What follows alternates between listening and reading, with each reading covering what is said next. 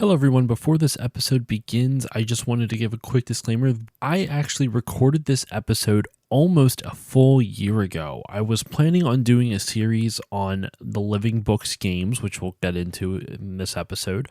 And Living Books was a series of edutainment games, like interactive storybooks that came out in the 90s, and I loved them dearly. And I was actually in contact with the creator of the series, as well as the CTO of the series, or the CTO of Broderbund, who developed the series at the time. I was lucky enough to get to speak with the CTO, Mickey Mantle, in no relation to the baseball player. I bring that up in the episode. Anyway, unfortunately, I could not set a date with the creator of the series, so I didn't want to delay this any further. It's already been delayed almost a year, so I figured I got to do it now. I can't keep putting this off, so yeah, here it is. This episode, like I said, recorded almost a year ago. I hope you enjoy it. And without further ado, here is the episode. On this episode is still loading, Mickey Mantle.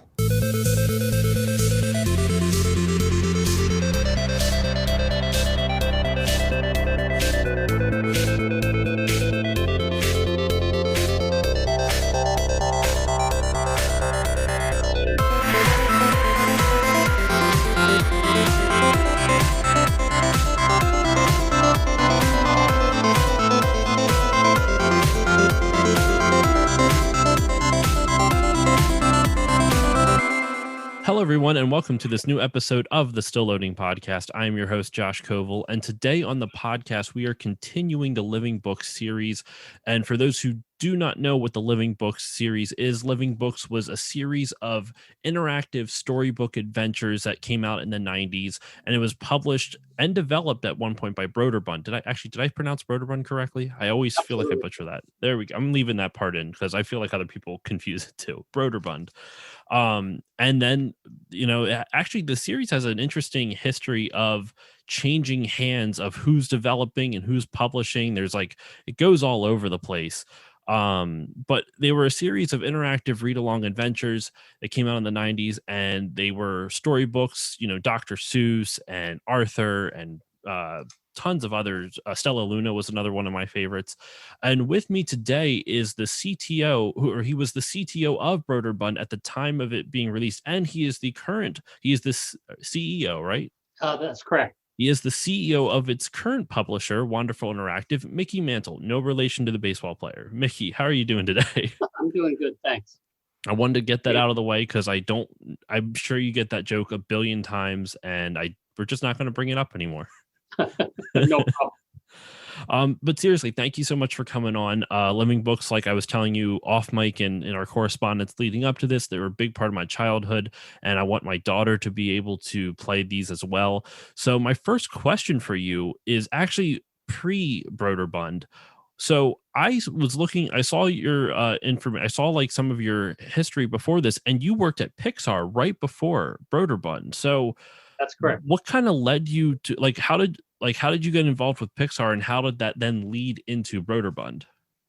So I'm going to rewind just a bit before Pixar even. Go for it.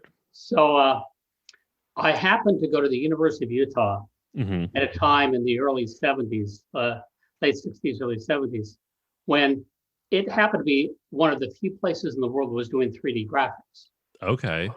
And so I went there and took courses from Ivan Sutherland, who's kind of the father of 3D graphics, and David Evans, who had a company called Evans and Sutherland that made some of the very first 3D equipment.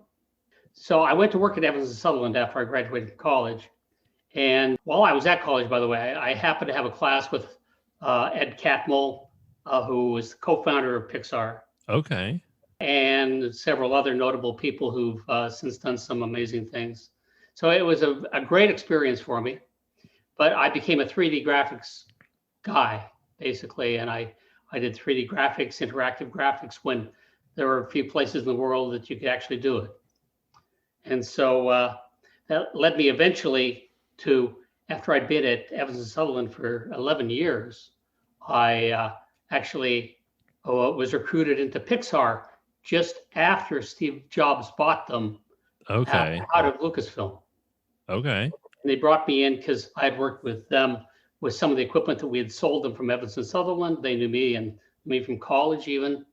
And so they brought me in to manage their software development. And so I was in charge of their external software products at Pixar. And so I was there for about 7 years. I eventually was general manager of their 3D graphics group. Okay. And Steve had been funding the company, Steve Jobs, the entire time. And he was getting a little tired. So they had this great new plan. Most people don't know that Pixar actually started out as a hardware manufacturer. They made a Pixar image computer. Okay. So I helped develop the software for that, managed teams that did that. But Steve eventually decided we're going to become an animation company. Okay. And of course, that meant internal tools. And I didn't believe they'd continue selling the external tools.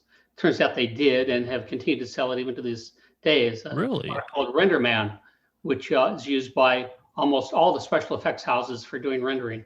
I did not know that Pixar sold software. Yeah. That's it. Okay.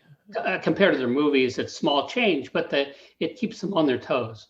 Yeah. It's not only having you eat your own dog food, but people are also eating your dog food. So you have to do a great job. Mm-hmm. But anyway, so at that time, Broderbund came and knocked on my door and said, we're looking for a CTO, VP of engineering. Would you like to come do it? And quite frankly, I was sort of reluctant in a way, but yet interested in another way. And when I went over to take an interview with them on site for the first time, they showed me this thing they had in the development that they were calling living books. Yeah. Okay.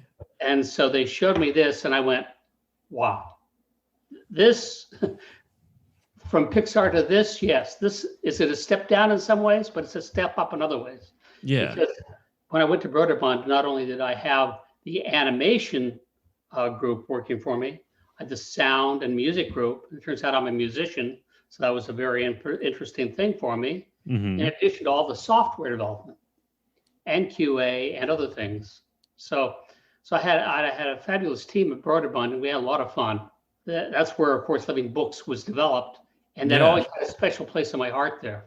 That's interesting that Living Books was the thing that sold you to go to Broderbund in the first place.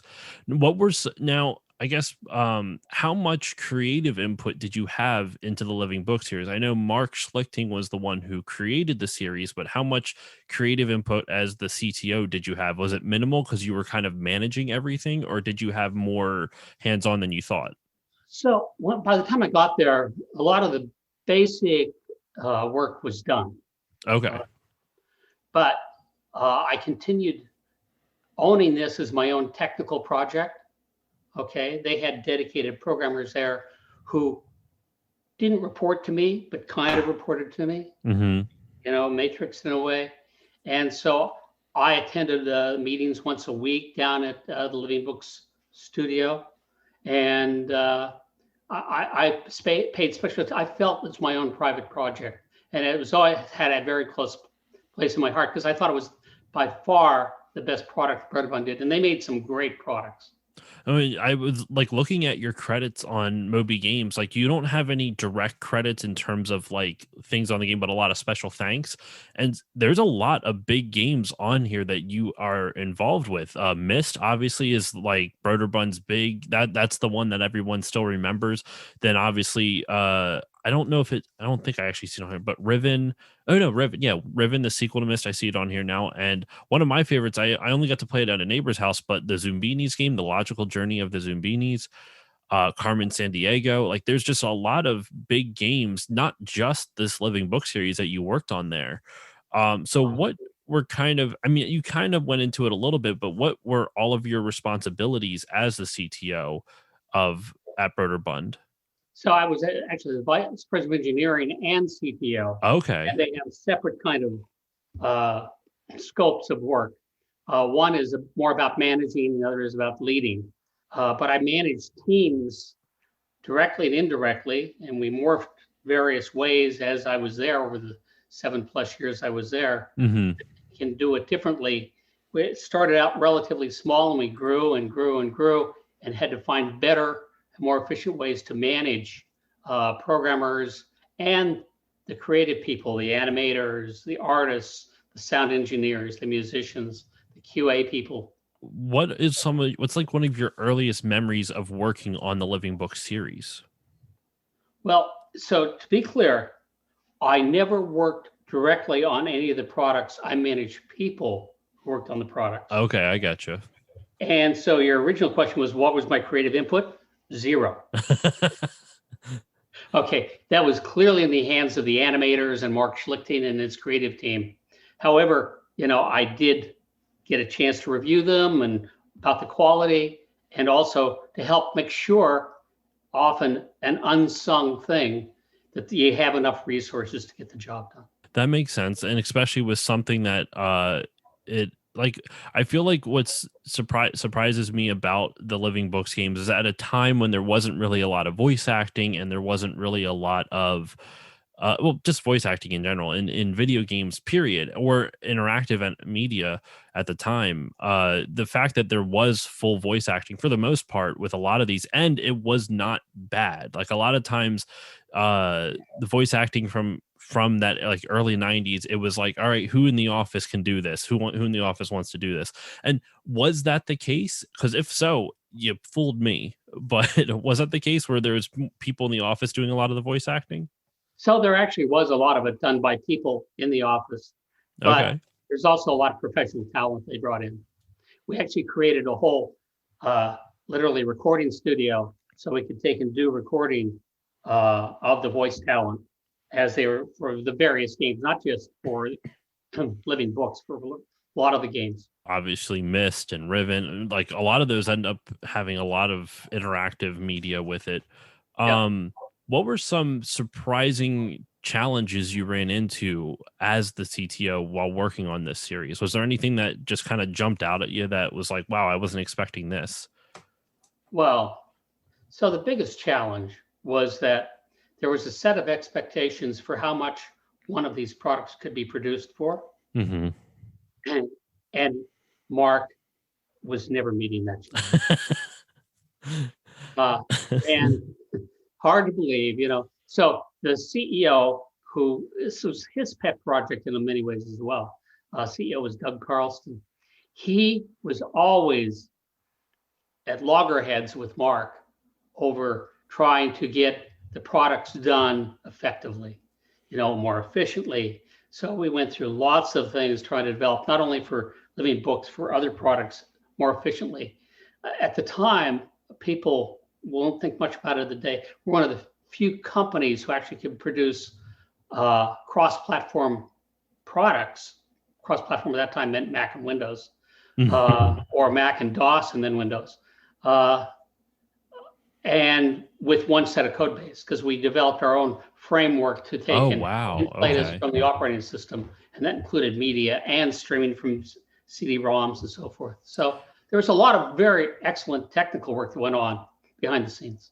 That's especially impressive because Mac and PC now aren't as far apart as they were back then. Like they were very different in terms of, I mean, I'm not a programmer or a CTO, but I know like their operating systems were so different compared to now. They run on very similar hardware and software. So that's really impressive. And obviously DOS is completely different than those two as well. Yeah, luckily we stopped DOS not long after that. Were there any particular moments that you are proud of while that stick out to you while working on the series? Was there something that like you were able to get done that you weren't expecting to get done, or I don't know, are there any particularly proud moments that you have while working on the series? So probably the proudest thing, and the thing that actually we'll follow up on this later as we talk about how I decided to publish the products again. The products were made using a pseudo language. The assets were created at this time was Macromedia Director, and then literally converted over to a platform neutral format that could be used on Mac or Windows. Mm-hmm. And so that particular piece of engineering was a spectacular piece of engineering, and all the products were what I call data driven, in the fact that the code was for a general player, and that player could take and play any of the books. And Okay. so they were all embodied by the data, not by handcrafted code in the products. Now, as the products went on, they actually tweaked a little bit of things hand by hand, Mm-hmm. and we'll touch on that later too. Okay. So I think I'm getting I think I'm So, understanding that. so, It, so I actually wrote a paper about this that I actually up on the Wanderful website that described how Pixar did the same thing in this RenderMan that I talked about earlier. mm-hmm. It's scene description language for 3D. Okay, so the living books format, which is called Mohawk, took and was program independent and product independent. It allowed you to do things independent of the specific product you're working on. Okay, I get what you're saying now. So actually, I found the parallel quite amazing. Like I said, I put a paper up on our website that I wrote for Computer Graphics World describing how you took these old products and could update them to the latest platforms because they were data independent from the programs. That's really cool. That's super forward. That's future proofing it essentially. And at least I don't know how much, because technology changes so much. So I don't know how future proof it could have, how far into the future it could have proved it. But that's still really cool. It's impressive. So to kind of tie that in a bow here, the way Pixar needed to do that is that they made the products at a certain resolution long before HD film and 4K and so forth. And before there was stereo imagery, when stereo became a big thing in theaters, they had to go back and re-render all of these. Now they couldn't go back and redesign them. There's no way they could afford to do that. Yeah. But because they had the data, okay, they could take and redo it with a different viewpoint for one eye and a different viewpoint for the other eye, Okay. and re-render it all without having to program it in any way. That I'm tracking that. I get that. So in thinking of Pixar, were you there when they started working on Toy Story at all? Because I'm assuming that was a good couple of years. Like what that came out in 95, 95, yeah. So that, I mean, and you were there up until the early 90s. So that was like a good couple of years before it came out. So I actually left just as they started production of Toy Story. Okay. I actually got a credit in Toy Story. Did you? Because I was there. So it's a very small credit at the end. But still, it's a credit. It's more than I have. So yeah, I was there, but quite frankly, it became clear to me that Steve was taking the company a different direction. He tried hard to keep me there, but I didn't succumb to his reality distortion field. So over the course of working on living books, what were some things that you learned from development? Like or I should say, what lessons did you learn as development went along? Because I would assume over it went for almost a decade, the series. It went from like, what, I have it up right here. I see it like earliest entry is 92 that I can see, and the last one came out in 99. So it went for pretty almost a full decade. What were some changes in how these were developed as they went along? The technology didn't change that much under the covers. Okay. It became a little bit more flexible by adding some features, some custom things that people wanted to do. We had to add features to do that. But the technology didn't change that much. And quite frankly, the production didn't change that much as well. I was just going to ask, what types of new features got added along the way then? So if you go back and you look at the history of living books, there were things, there were like 2 versions of Just Grandma and Me and 2 versions of Arthur's Birthday. Mm-hmm. Okay. And the second versions added more deeper interactivity things. And so those couldn't be done in this general fashion I was talking about. Mm-hmm. They were coded in for that particular product. And that was good. That's what marketing wanted. Mm-hmm. It was bad later on for me because I actually haven't been able to make use of those products because they're not independent. Oh, okay. So for when you picked up the license for Wanderful, you couldn't make use of the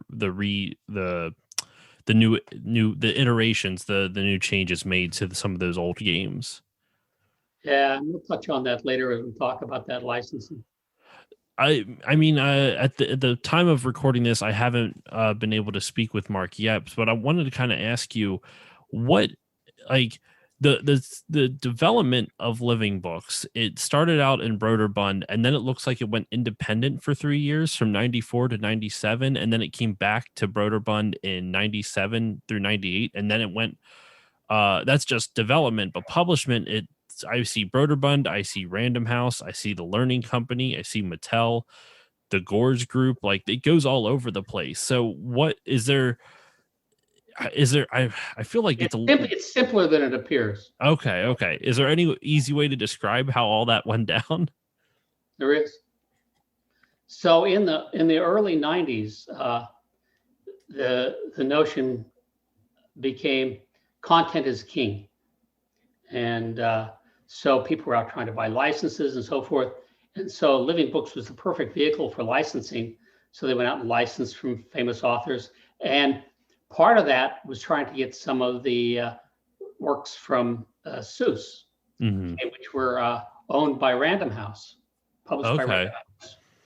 So Doug, trying to make it bigger and also hedge his bets a little bit, took on Random House as a partner, convinced them to join in partnership, and they spun it out of Broderbund. Okay, it's a separate company, but it was co-owned by Random House Living and Broderbund. Okay. And so they moved out of our headquarters in Marin down to San Francisco. So I would travel down to San Francisco once a week for a meeting with everybody there to find out how things were going, what I could do to help. But Mark can cover that in much more detail. He was in the middle of all that. You know, he had to go talk to Theodore Geisel's wife. Oh, wow. Try to get her to license the products to Broderbund and so forth. That's crazy. Okay, so that makes a lot of sense then, and that also kind of makes sense what you're talking about, because that was I'm assuming that 3 year stretch are the games and the enhancements that you aren't able to access currently. Am I correct? Well, it's not that black and white. Okay. But so what happened is, so they had this independent organization called Living Books. Okay, reported into Random House and Broderbund.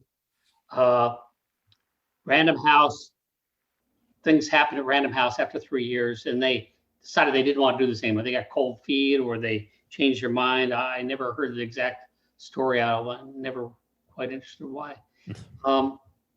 And so it was brought back wholly within Broderbund. And then Broderbund was sold to Mattel. Okay. It was sold to the Learning Company, who in turn, shortly thereafter, sold the Learning Company Mindscape and everything they rolled up under the Learning Company to Mattel.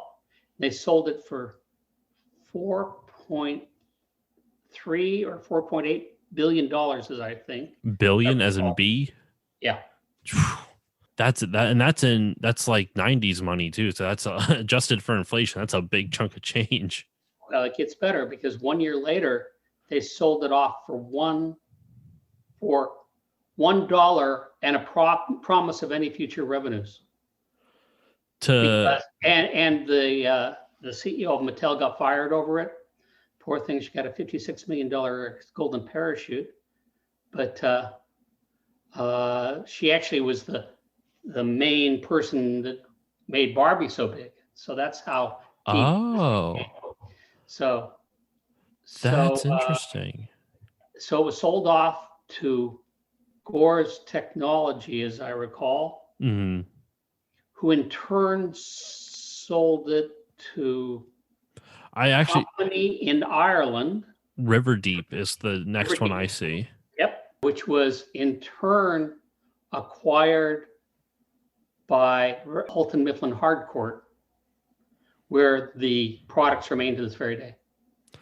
Okay, so then let's kind of branch that into how Wanderful comes into this. Your company, Wanderful, because you have the license for it as well. But is that only for like mobile devices, or how? Because if Houghton Mifflin and you are able to use it, how does it get broken up, or is it all one and the same? It's all one and the same. Okay. So obviously, through a series of serial acquisitions, such as we just described, Yeah. Broderbund, to the Learning Company, to Mattel, to Goris Technology, to River Deep, to Holton Mifflin Hardcourt, there's a lot of information lost along the way. Yeah. None of the people survived who knew anything about it. Okay, there was nobody at River Deep who really knew anything about it.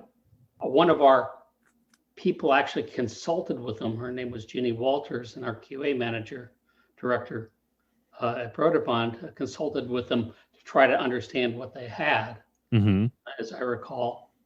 But by the time that I went looking for the licenses, there was nobody at Holton Mifflin Hardcourt even knew they owned the products. I feel like that is unfortunately the lot of a lot of IPs and whatnot, and not just in this, but like in movies and games and all types of media. It's like stuff gets rolled up. This is just a quick anecdote. There's that film director Kevin Smith, and he made a movie called Mallrats in the 90s, and it's owned by Universal. And when he wanted to do some sequel to it, so when he called them, they're like, "Oh, we own that," and just no, it gets wrapped up, and companies don't know what they own because there's just so much content out there now. Yeah, that's crazy. So okay, so then they didn't know they even had it. So did you create Wanderful to basically show them what they not really show them what they had, but kind of to take the reins for them in order to republish it? So let's rewind just a little bit. So even after I left Broderbund, I was fascinated by living books and wanted to keep them alive somehow. I worked with a guy who took over for me after I left, named Mike Folger, and we had this idea to take and put all of the living books onto one DVD. Okay. And to go license the products from and run them off one DVD as opposed to a bunch of other ones, and you put collections together and so forth. It turns out a living book pretty much filled a CD-ROM, but a DVD had room for lots more. Yeah. So I'd thought about that before, but when Steve Jobs, same Steve Jobs, I might add, held up the iPad for the first time, I went, this is the device that Living Books needs, always needed. And at that point in time, I was thinking of retiring from my current company, which had been acquired by Sony. Its company is called Gracenote. Okay. I had this idea that maybe I could take and bring them back for the iPad. Now, I didn't think bringing them back for the iPhone was very compelling because they were so small. And you can look at it. Turns out it's more compelling than I thought, which we proved later. But still, the iPad was the perfect device, and still is. So I set off on a course to take and figure out how feasible it would be to take and develop a technology for it, and to take and license the rights to it. So I set out on a path to do that in parallel, a technology path. So I hired the main programmer who had built the Living Books player to make a new version of it, a prototype, just to show how it could work. So I could go talk to Holton Mifflin Hardcourt about it. And he did. He threw something together, and it certainly wasn't a product. It was a prototype at best. And I went off and tried to talk to Holton Mifflin Hardcourt, which took me 6 months to find somebody I could actually talk to about it. Just because no one knew what it was? Oof. So, Okay. So who did you end up having? Was it someone higher up that you had to end up speaking to, no, or was I it? was a business development guy. Okay. Sorry, I don't remember his name off the top of my head, although I do give him a credit in the wonderful apps. Um, so I went off there, and after I negotiated with him for about 6 months. So a year after I started, I finally had a contract in place to do it, which gave me rights to license the content. Now, I would have also asked for the source code, but much like, the Lost Ark at Indiana Jones, Mm-hmm. it put the source code away and they had no idea where it was. Uh, that. So there was no source code as part of the license. So did you have to build it all back from scratch? Yes. Oh. Now, turns out that wasn't that big of a deal because of the state of independence I was telling you about. If I could do it for more than one product, I never would have done. Mm-hmm. But if I did it once, most of the products would work as if by magic. Well, it makes sense because, like you said, the way it was designed in the first place, it was a very malleable template to just plug and drop everything in. That would be if they could find that. This is a little bit of a non sequitur, but there is a fantastic nonprofit called the Video Game History Foundation. And what they have a thing called the source code project. So if you end up finding the source code, I'm not affiliated with them. They don't know who I am, but if you somehow find the source code, I'm sure they would love to have it because they're trying to find a way to archive all of this. And so they actually had a demonstration where they had some of the I think it was Ron Gilbert from Lucasfilm or LucasArts Games, and they showed the Scum engine that they used to make their Secret of Monkey Island and whatnot, and they showed how malleable that was. And just you talking about the Living Books engine, it would be a really cool presentation to see, like, this is how we developed these games on here. You look how easy it is to. I know drag and drop might not be the exact right term, but for lack of a better term, with my limited understanding, you drag and drop, these assets in and out. So that's really that makes a lot of sense. Why as soon as you could get one, it was just easy to port the others. Actually, there was no porting. They just worked. It just worked. Future proofing. Future. That's incredible.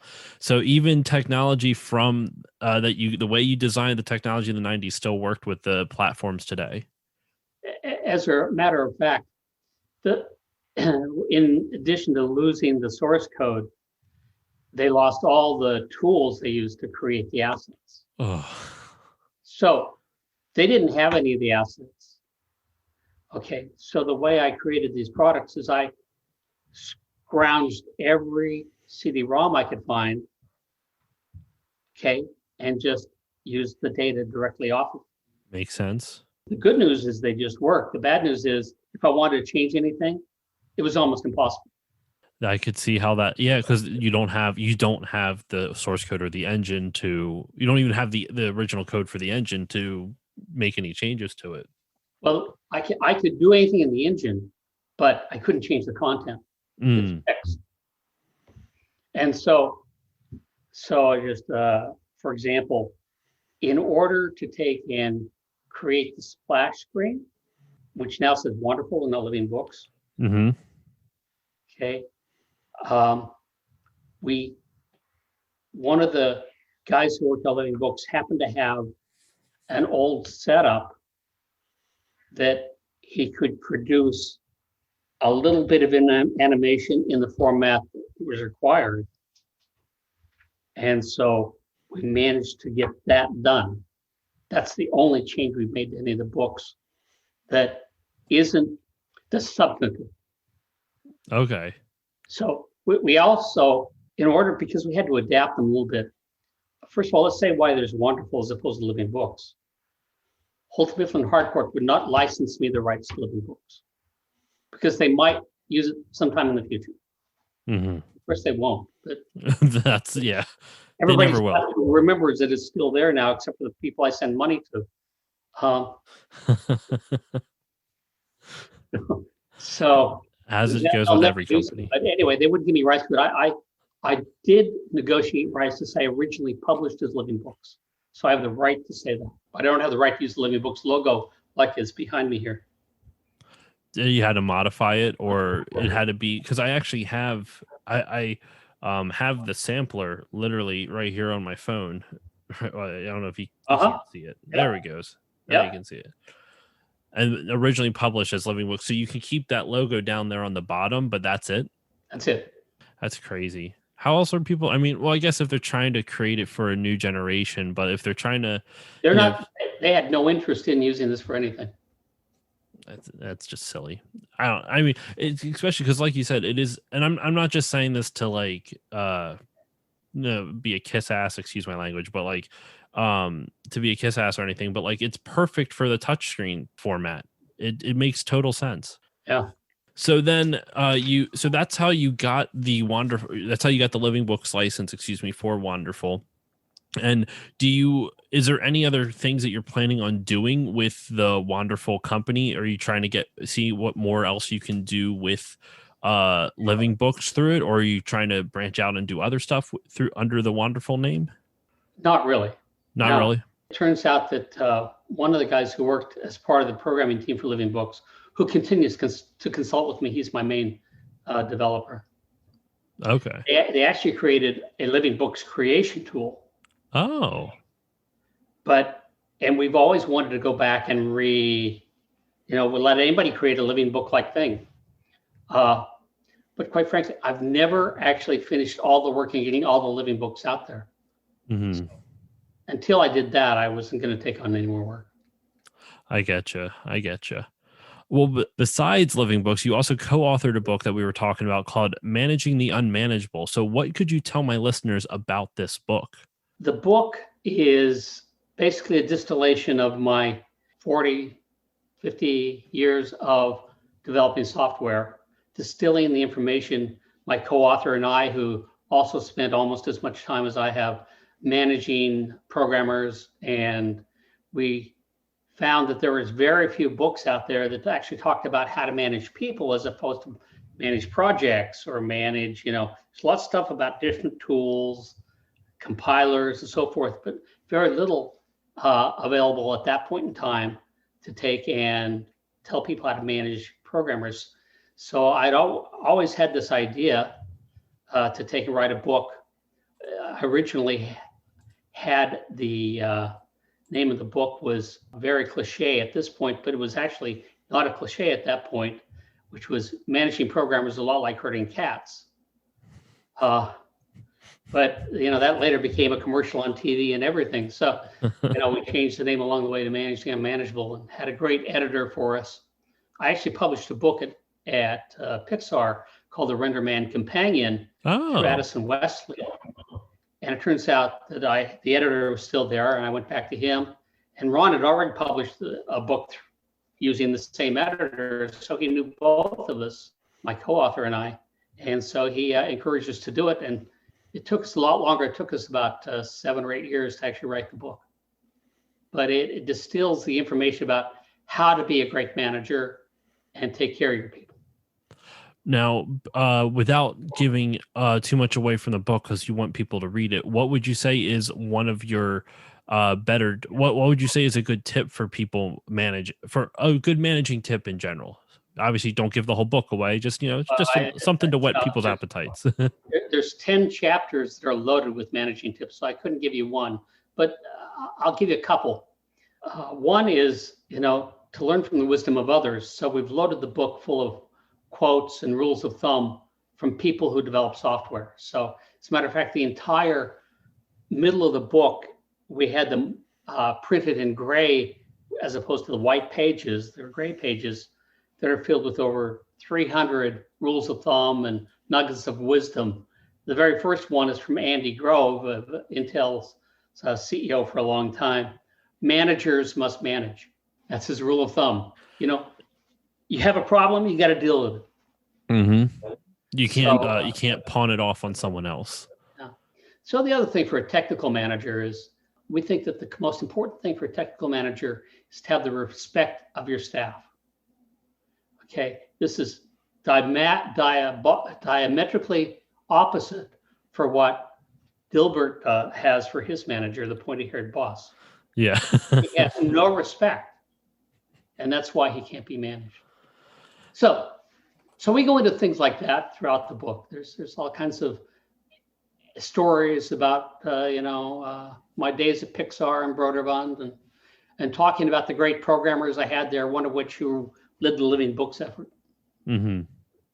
That's chronicled in the book. That's really cool, especially because, like I was saying, like I love this podcast is dedicated to not just video game history, but video games and video game history. So being able to have a book like that, which like I was telling you off mic, not a lot of people talk about. I don't think enough people talk about living books, just because it was such a it.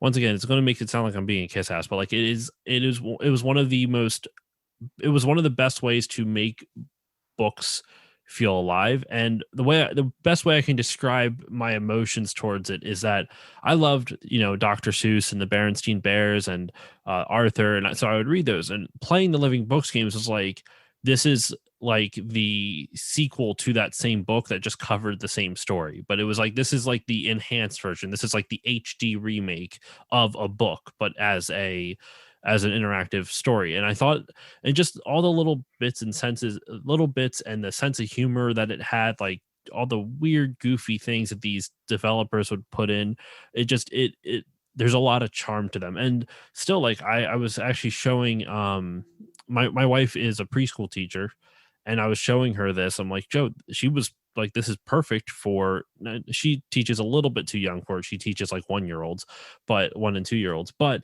for kids older than that, and obviously it's geared towards like 6 to 9-year-olds, like you could use this for a wide range of kids. And my sister-in-law, she works with kids, she's with special needs, and also that would be super beneficial to them. I think I read something, it was really helpful for kids who were on the spectrum, or I believe, am I correct? There are many Living Books fans who are on the autistic spectrum, and I've interacted with many of their parents who call and beg me to please update these because they can't keep their old computer working anymore. Okay, and their children who grew up with these as their best friends, and some are now 30 plus years old.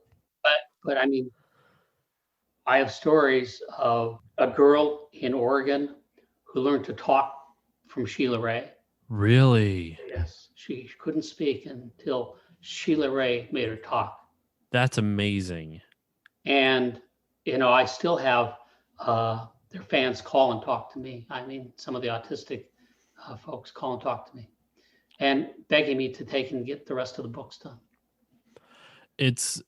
I mean, that's just a testament to it. And I loved this series so much. So this was a lot of fun to get to talk to you. Is there, before I kind of start wrapping stuff up, I have 2 other questions for you. Actually 3 other questions. One, what was it like we talked a lot about Living Books, but what was it like to work on the other big titles at Broderbund, Myst, Riven, and the Zubinis? Like, what was it like to work on those and not just the Living Books games? Broderbund was one of the greatest experiences of my life. It was a very family-like atmosphere. It was a lot of fun, a lot of pressure. It was like making a movie. You got to hit the Christmas deadline, Mm-hmm. And so we had to do a lot of inventive things. Quite frankly, most of my efforts there were in problem solving. So Okay. I wouldn't say it was necessarily exciting and fun for me all the time, because I usually was fighting fires. I feel like a lot of those experiences are ones that in the moment you don't realize that you're enjoying it until after it's gone. Or like that's not what, at the same time you don't have to deal with the stress of that moment anymore, which I'm sure is very beneficial, in hindsight. But that's good to hear though. It kind of like just seeing the breadth of their library that Broderbund had, it really seemed like they were really doing a lot of innovative things, and not just like, obviously Myst just blew everyone's expectations out of the water, but Living Books, like just the different branches between the edutainment side of things with the just straight application side of things, because I believe Broderbund still exists, but now they're more of just straight like applications for the most part. Well, it's actually licensed, Oh, and it's all owned by Holton Mifflin Harcourt and licensed from Holton Mifflin Harcourt. Now, for example, Software Makiev, who was one of my contractors when I was at Broderbund, has taken, and it has Kid Picks, it has Print Shop, has several other titles that they've licensed from Holton Mifflin Harcourt, and then taken in, and probably without source code, and made work again, just to keep the brand. makes sense, because it still has a little bit. It still has some recognition, especially with people of my age and older. But okay, so just one more thing. Oh, So no, I go went for with it. them actually because they licensed Stella Luna, so I couldn't license it from Holton Mifflin Harcourt. It's part of my license because they had licensed it. So I went to Jack Minsky, who is the CEO there, and I told him I can make it live again. You have the license. We'll split the royalties. So that's what we did. So it's published now by them. We actually deliver a finished product. Now, this is kind of this question wasn't originally on my list, but I'm just looking at it now because if I look up Wanderful on the App Store, I do actually see like a Green Eggs and Ham Dr. Seuss one, but it's from Ocean House Media. Is that the Living Books thing, or is that something completely different? The only reason it's not. So the only reason I ask, because like you said, there's all this licensing stuff all coming from Houghton Mifflin, but I wasn't sure if that one was with it, or because of the Dr. Seuss license, it was just way out. So actually, that's one of the disappointments I've had with Wanderful is that I haven't been able to actually license all of the products. Okay, the very first product, Living Book product, was just Grandma and Me by Mercer Mayer. Mm-hmm. And Ocean House Media got the license before I did. Okay, and I tried to get Mercer to take and license it to me. Also, he refused to do that. I tried to get him to license it to me in foreign languages because I have foreign languages of it. Ocean House Media has none of those. He won't do that. I tried to get Sheila Ray from HarperCollins.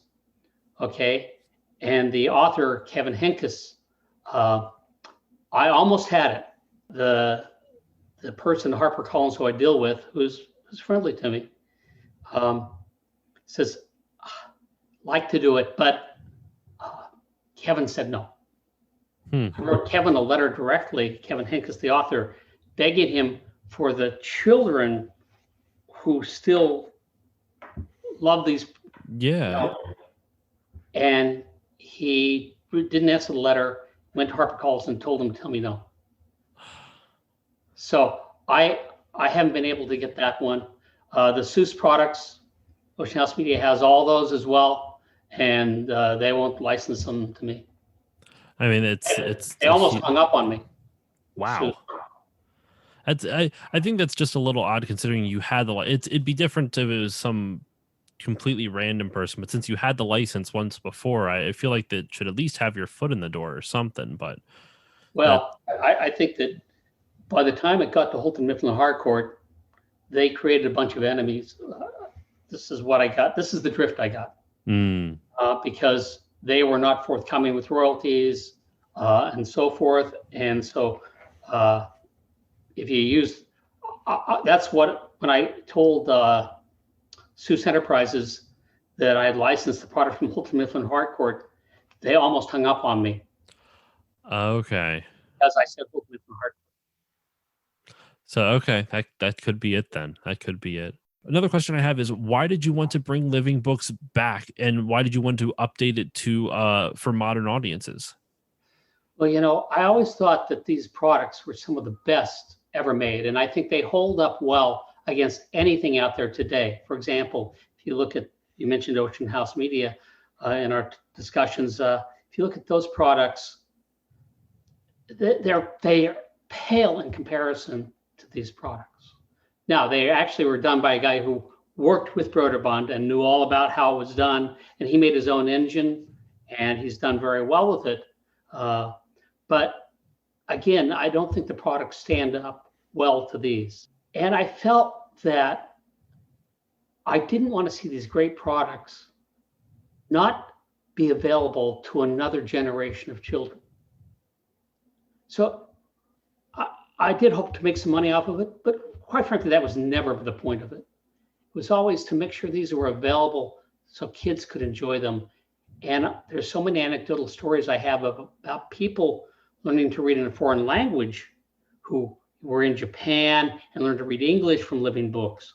And so we have them in various languages. They come in Spanish, they come in French, they come in German, they come in Japanese, and Portuguese and others. So to be able to reach a worldwide audience with these books, and now there's more and more people with phones and tablets, and so I just felt like another generation or even two deserved them. We had to do one thing, which was actually very subtle but important to do. The original products were done in a very low resolution because the computer screens were not very big back then. Yeah. They were all done in 512 by 480. No, 512 by 384. Okay.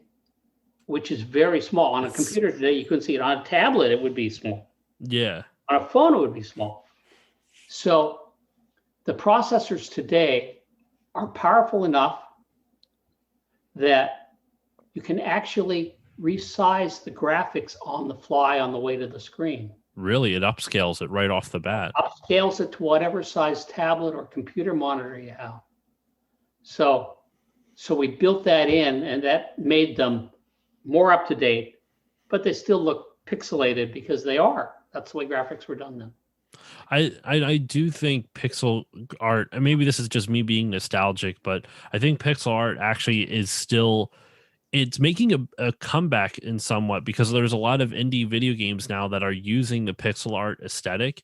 And so because of that, and it's not just these are small niche games, some of these are huge, major, popular games, and even to some extent Minecraft, like that's probably the largest game in the world, if one of the largest, if not the largest. And there's a podcast I listen to called Retronauts where they focus exclusively on old video games and whatnot, and they talk about how the one host talks about how his cousins don't really have that much of an interest in the retro games, or they didn't. But once they started playing Minecraft, every time they would see a retro game, they're like, "Oh, this is like Minecraft." So I think keeping that pixel aesthetic is a good thing, because a lot of times when you update the art, it's a hit or miss. And I think the pixels art in this still looks really good. It does, and so we're very proud of what the work we've done, and glad to be able to get them out there for the children of the world. So last two questions. One, what is next for you? What are you currently working on? What do you have going on? So I continue to work on our living books. I'm about finished with all the work I set out to do. That's a goal for this year, is to kind of tie it up in a bow so that I'm not really working on it at all anymore. And it's been a 10-year run, so it's about time to put that to bed.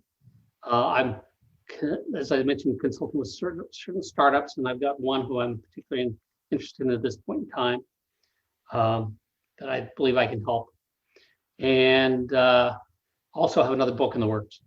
And the final question I have for you, nothing to do with anything we talked about. I do this this is a new thing I've started. Well, I shouldn't say new. This is a thing I do with all my interviews. It's a question from my wife, question from Courtney. And now my wife is famously not into video games or a lot of this other stuff. So it doesn't have usually anything to do with anything. So her question for you is, what is your go-to order at a pizza shop? It's actually not my go-to order. It was my CTO's at my last company. So it's got to be pepperoni and mushroom pizza. Pepperoni and mushroom, really? That's an interesting combination. I was not expecting to hear that one. I had a lot of it at the company. So. All right. Well, that is all I have for you, Mickey. Seriously, thank you so much for joining me on this episode of Still Loading. Is there anything that you talked about? You're writing a second book with your co-author. Is there anything else though that you'd want to promote, or is there any place that people can find you online? Obviously, Wonderful Books, but is or Wonderful Interactive. You can find that on Android. Is it on iOS as well? It's on iOS, tablets and phones, Android tablets and phones, Mac OS, and Windows. So Okay. we covered all of them. So you have to look hard to find the Windows ones, but they are available. No, I would like to thank you for the opportunity to talk about this. I never mind talking about this. It's always fun. And thank you very much. Well, thank you once again for joining me. This was a lot of fun for me too. Like I was telling you off mic, this is something that I grew up with. So to get to speak to the people who worked on it is honestly just a real treat for me, because it's something I like video game history. I like computer history and software history. So this is even though I'm more on the video game side, all of it's interesting to me. So this has been a real treat for me.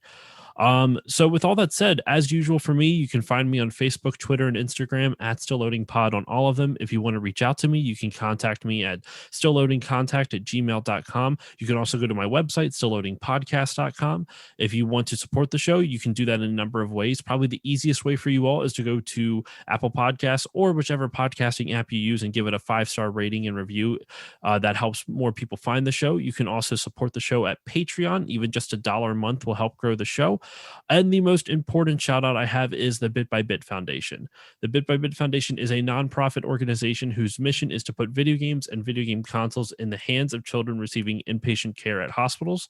So if you want to go check them out and consider donating, go to bitbybitfoundation.org. That is all for this episode of Still Loading. Once again, Mickey, thank you for joining me, and I will see you all next time.